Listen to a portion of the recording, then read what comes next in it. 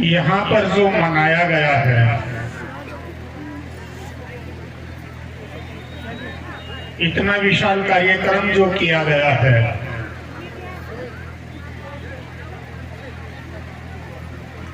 वो कार्यक्रम जो देख रहे हैं यहाँ की जो कमेटी है, मैं अपने दिल की गहराइयों से उनको आशीर्वाद देता हूँ ताकि वो ऐसे आयोजन करते रहें और समाज को प्रेरणा देते रहें। इस नगर वासियों को हम अपने दिल की गहराइयों से आशीर्वाद देते हैं कि आपने इतना प्यार दिया, इतना लंबे समय से आप बैठे हैं। महापुरुषों के लिए बहुत कुछ बताया, आपने बहुत कुछ सुना, लेकिन महापुरुष एक वो अथाह समुद्र है जिनको चंद घंटों में बताया जाए, मुझे नहीं लगता कोई बता पाए। हाँ, उनके द्वारा जीवन जीने के जो तौर तरीके हैं, कोई वो बता सकता है आपको। आप जीवन जीने के तौर तरीके सीख लेंगे तो आपकी दरिद्रता अभी इसी वक्त आपकी चौखट से दुम जाएगी। आप जो दरिद्रता में धंस रहे हैं, गरीबी में धंस रहे हैं, लाचारी में फंस रहे हैं और आप छोटी जाति के बन रहे हैं, इसके पीछे कोई और कारण नहीं है, आप खुद अपना कारण बने हुए हो, अपने आप इसको आप गले लगाए हुए हो। तुम्हारा मन ही नहीं करता ये गुलामी त्यागने का। महापुरुषों ने बहुत संघर्ष किया आपके लिए, लेकिन जबरदस्ती आप गुलाम बने हुए हैं। इसका मैं कारण बताऊंगा। भगवान बुद्ध से और शायद काशीराम तक अनुमानित जो भारत में जो जिनका मार्गदर्शन दिखाई दे रहा है, वो 156 महापुरुष पूरे भारत में दिखाई दिए, जो विख्यात हैं भारत में। लेकिन हमारे लोग हमारे महापुरुषों की कम मानते हैं और जो इनको बहकाने वाले हैं उनकी ज्यादा मानते हैं। इसलिए बहुतों बार रोशनी आई, बहुतों बार जगमग हुआ, बहुतों बार लोग प्रकाशमान हुए, लेकिन अपने ही अहित करने वालों की बात मान मान के अपने आप गुलाम बनने का बार बार काम किया। गलती किसी और की नहीं, हमारी खुद की है। महापुरुष आए, आपको जगाया, आपको रोशनी दिखाई, लेकिन किसी और ने नहीं, आपने खुद उस रोशनी को बुझाने का काम किया। इसलिए उन महापुरुषों के संघर्ष को याद करते हुए मैं ये बोलूंगा। आज मंच के ऊपर शेर व शायरी काफी कही गई, मेरा भी मन है, नहीं तो मैं सूत्र बोलता। मैं क्या बोलूंगा, एक बेटिया गाना गा रही थी, वो जरूर लिख ले। सम्मा तो जलती बुझती रहती हैं, सम्मा तो जलती बुझती रहती हैं, लेकिन जलाने वाले की भी तो हस्ती हो। सम्मा तो जलती बुझती रहती हैं, मगर जलाने वाले की भी तो हस्ती हो। अरे अब कोई सम्मा वहां भी जलानी है जहां सदियों से अंधेरी बस्ती हो।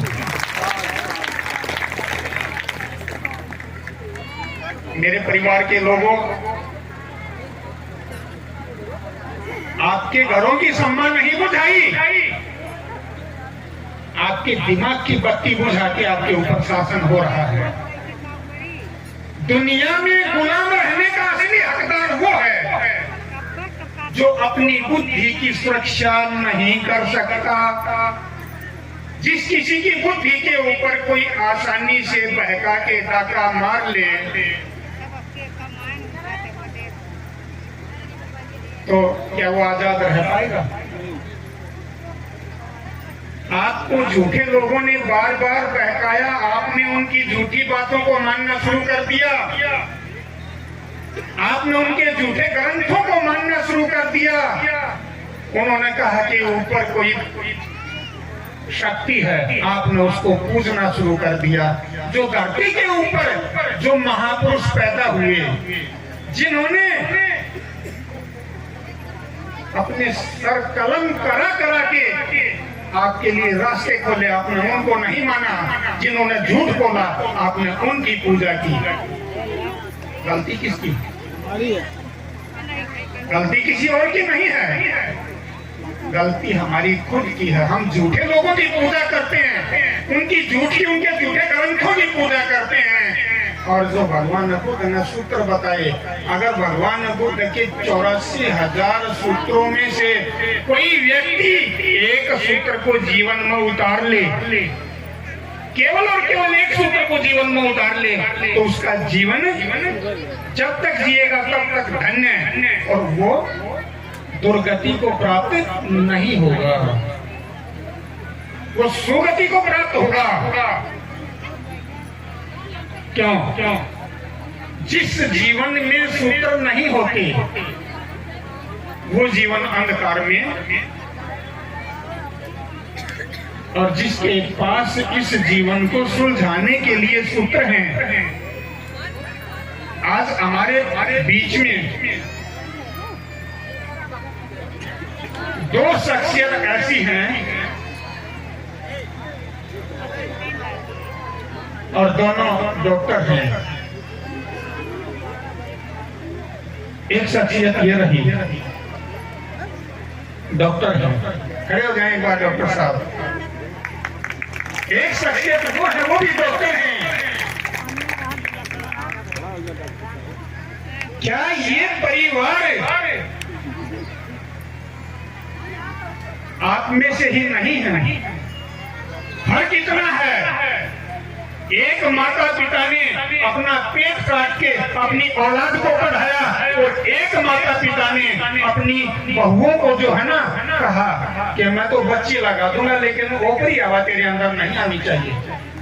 फर्क सिर्फ इतना है, जो ओपरी हवा में खेलते रहे उसका सत्यानाश हो गया, और जिसने अपना पेट काट के बच्चों को पढ़ाया वो माला माल हो गया। ज्यादा फर्क नहीं है।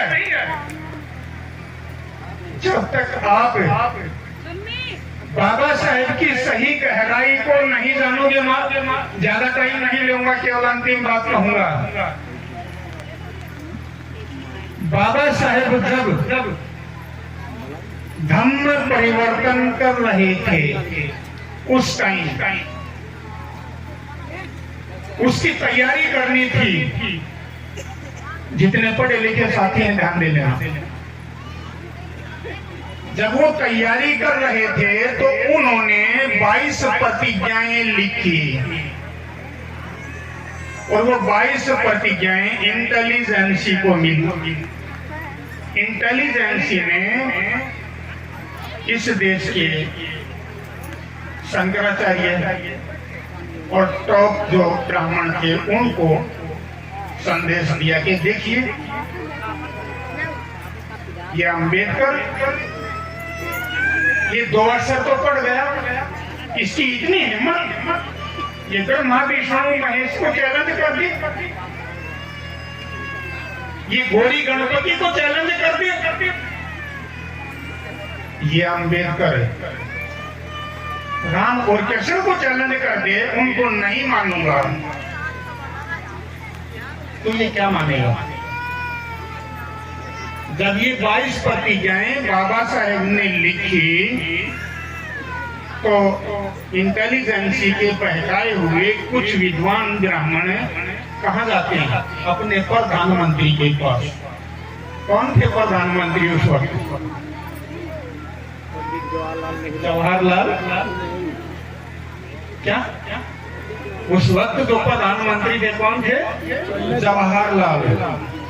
वो जवाहरलाल के पास जाते हैं कि आप पंडित हैं और आपका साम्राज्य है और आपके साम्राज्य में कोई हमारे धर्म की चूल कोई लाए तो हम उसको माफ नहीं करेंगे। जवाहरलाल कहता है कि ये गलती मत करना। अगर आपने अंबेडकर को छेड़ दिया तो आपको पता नहीं, आप सारे देश के ब्राह्मण इकट्ठा होके अगर उसके दिमाग को चैलेंज करोगे तो भी वो आपसे जीत जाएगा। ये मूर्खता मत करना, तुम्हारे पास वो दिमाग है ही नहीं। तुम्हारा इलाज पहले किया है और काम बाद में किया अम्बेडकर ने। उनका हमारा इलाज क्या कर दिया? उसने आर्टिकल 13 में ये लिखवा दिया, संविधान लागू होने की तिथि से, क्या बता दिया? संविधान लागू होने की तारीख से जितने वैमनस्यता फैलाने वाले धर्म ग्रंथ हैं शून्य समझे जाए। क्या कोई उनकी कीमत नहीं है, उनको डिमोरलाइज किया जाए, नहीं दिया जाए। कबाड़ की पूजा करना जरूरी नहीं। ये अम्बेडकर ने पहले तैयार कर दिया कि कुछ भी कर दिया वो हमारी लाठी में था ना कि ये गलती भी मत करना। उन्होंने एंटी एक्ट भी बनवा दिया कि वो क्या है। उन्होंने जब थोथा मुंह करके पंडित जवाहरलाल की तरफ कहा कि आप एट्रोसिटी एक्ट में आपकी कोई बेल नहीं होगी, पहले जेल होगी और वो तुम्हें जेल से नहीं निकलने देगा। हाँ, शिष्टाचार के नाते आप अम्बेडकर से मिल सकते हैं, वो मान जाए तो कोई बात नहीं। वो जाते हैं, बाबा साहेब अम्बेडकर से मिलते हैं, बाबा साहेब अम्बेडकर से वो विनती करते हैं। वो बोलते हैं कि बाबा साहेब आपने जो लिखा है मैं ब्रह्मा विष्णु महेश को नहीं मानूंगा और न उनकी पूजा करूंगा, ये हमारी भावनाओं के साथ छेड़छाड़ है। बाबा साहेब क्या कहते हैं, आपने भावना पेटेंट करवा रखी है। तुम्हारी भावनाओं की कदर करने में जिनकी भावनाओं का सत्यानाश होता हो, जो गुलामी और दरिद्रता का जीवन जीते आए हो, क्या मैंने उनकी भावनाओं का ख्याल नहीं करना चाहिए? अगर तुमने अपनी भावना पेटेंट करवा रखी है तो दे दो कोई आईडी। कौन सी आईडी है तुम्हारे पास तुम्हारी भावनाओं की? वो जो करोड़ों लोग जो एक निवाला रोटी से तरस रहे हैं, स्कूल में जाके जो एक अक्षर देखने को तरस रहे हैं, जो न्याय के लिए तरस रहे हैं, क्या उनकी भावनाएं नहीं है? मैं उनकी भावनाओं की पैरवी करूंगा। हाँ, मैं एक बात मान जाऊंगा, आपके ब्रह्मा विष्णु महेश का कि वो ऊपर है, तो आप उनसे मिलने का कोई मेरे को साधन बताओ। मैं अगर मिल लूंगा तो मेरे भोले भाले लोगों को मैं बता दूंगा और मैं भी मान लूंगा, मैं भी पूजा करूंगा कि नहीं, साधन तो नहीं है। फिर बाबा साहेब उनसे पूछते हैं, मैं जिस धम्म को ग्रहण करने जा रहा हूं उसमें 84,000 सूत्र हैं, उनमें से कोई एक सूत्र को ग्रहण कर ले तो उसका जीवन धन्य हो जाए। तुम पूरे देश के ब्राह्मण इकट्ठा होकर के कोई एक सूत्र ऐसा दे दो जो इस देश के शोषितों का जीवन धन्य हो जाए तो भी मैं मान जाऊंगा।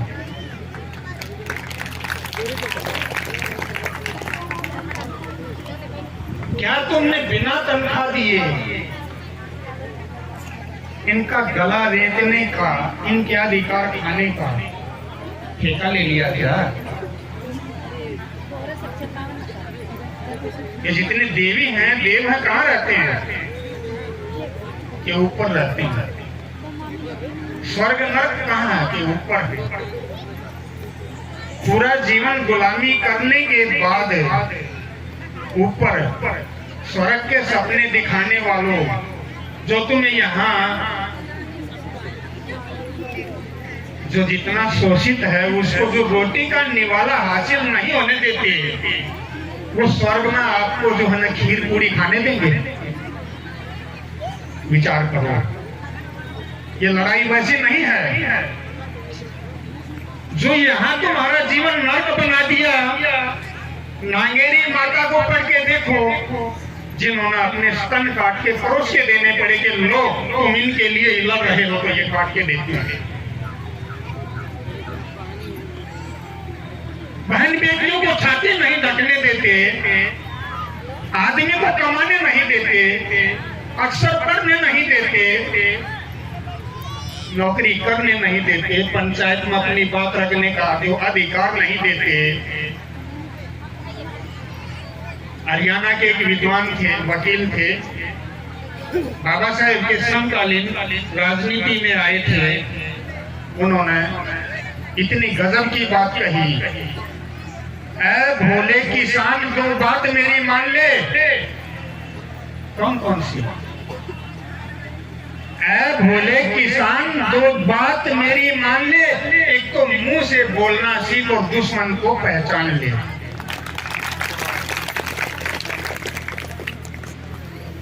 जो तुम्हें बहका के देवी देवताओं की डुगडुगी दे के तुम्हें नचा रहा है, तुमसे कावड़ धुलवा रहा है, अगर तुम दुश्मन को पहचान लो और दुश्मन को दुश्मन समझ के छोड़ दो और बाबा साहेब की पूजा करनी शुरू कर दो, तो आज ही तुम्हारे घर में खुशहाली लौट के आएगी। पुष्प गुच्छ तुम्हारे दरवाजे के आगे खड़े हैं, तुम खुद चुनने को तैयार नहीं हो। केवल एक घटना बता के मैं विराम दूंगा।